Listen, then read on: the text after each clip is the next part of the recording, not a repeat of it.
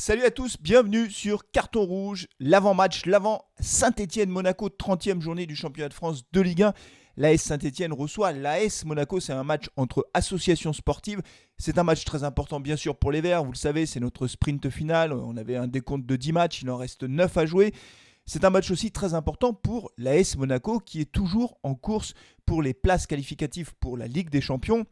Monaco est quatrième, Monaco n'est pas loin derrière le trio de tête et c'est vrai que les joueurs de la principauté vont évidemment venir à Geoffroy Guichard pour remporter ce match face à une équipe de l'AS Saint-Étienne qui reste sur cette victoire à l'extérieur mais qui a beaucoup de mal à s'imposer à Geoffroy Guichard. C'est sûr qu'avec le contexte sanitaire et les stades qui sont vides, Geoffroy Guichard n'est plus vraiment Geoffroy Guichard. D'ailleurs Claude Puel l'a souligné lui-même, c'est vrai que le public stéphanois, les supporters stéphanois manquent cruellement à leurs joueurs au stade Geoffroy Guichard tout simplement. Et c'est vrai que c'est un handicap pour les clubs qui ont des gros publics, des gros supporters. C'est le cas évidemment des Stéphanois. Monaco, à l'extérieur, comme l'a souligné d'ailleurs le site Envers et Contre Tout, c'est une équipe qui gagne ou qui perd, qui ne fait jamais de match nul. Donc les Monégasques, on peut être sûr qu'ils vont venir à Geoffroy Guichard avec de grosses ambitions pour évidemment rester dans la course pour cette Ligue des Champions qui est si importante sur le plan financier. Vous savez, terminer dans les 3 premiers, évidemment, ça change tout pour les clubs. Et donc, on s'attend à un match difficile pour les Stéphanois. Alors, on va pas se raconter d'histoire dans le décompte que l'on fait pour essayer de se maintenir en Ligue 1.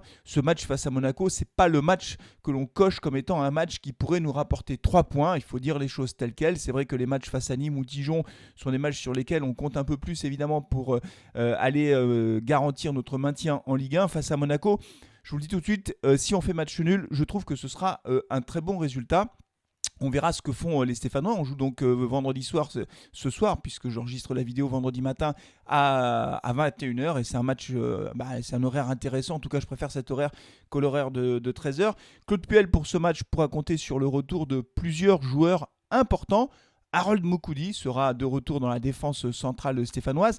Mathieu Debuchy sera là également, le capitaine stéphanois. Ivan Neyou également qui fait son retour au milieu de terrain et puis également Gourna qui lui je pense démarrera ce match sur le banc.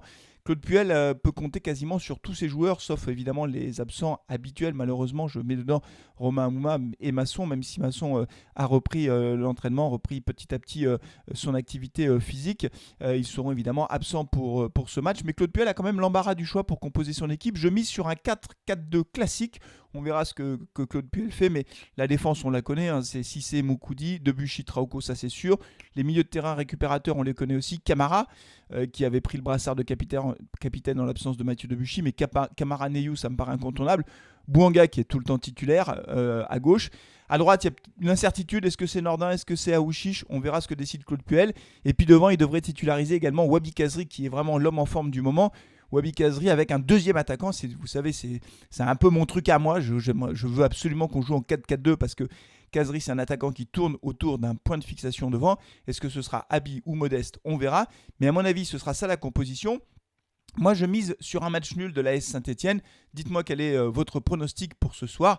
C'est sûr que si on prend 1 point, voire 3 points, alors là, en cas de victoire, on pourra dire qu'on aura fait un très, très, très, très grand pas vers le maintien en Ligue 1 qu'on attend tous évidemment le plus tôt possible pour pouvoir souffler et vivre une fin de saison un peu plus sereine.